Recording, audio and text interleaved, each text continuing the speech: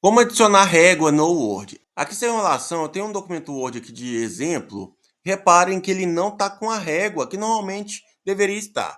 Para a gente habilitar essa opção de régua, para ficar aqui na barra do topo e ao lado da esquerda, é o seguinte. Tá vendo essas opções aqui do topo? Você vai procurar pela opção exibir. Normalmente fica como uma das últimas, tá? Então procura pela opção exibir. E aqui nas opções da aba exibir, vai ter logo de cara aqui régua. Pode ser que esteja de uma outra forma, tá? Com um ícone só. É só você prestar atenção.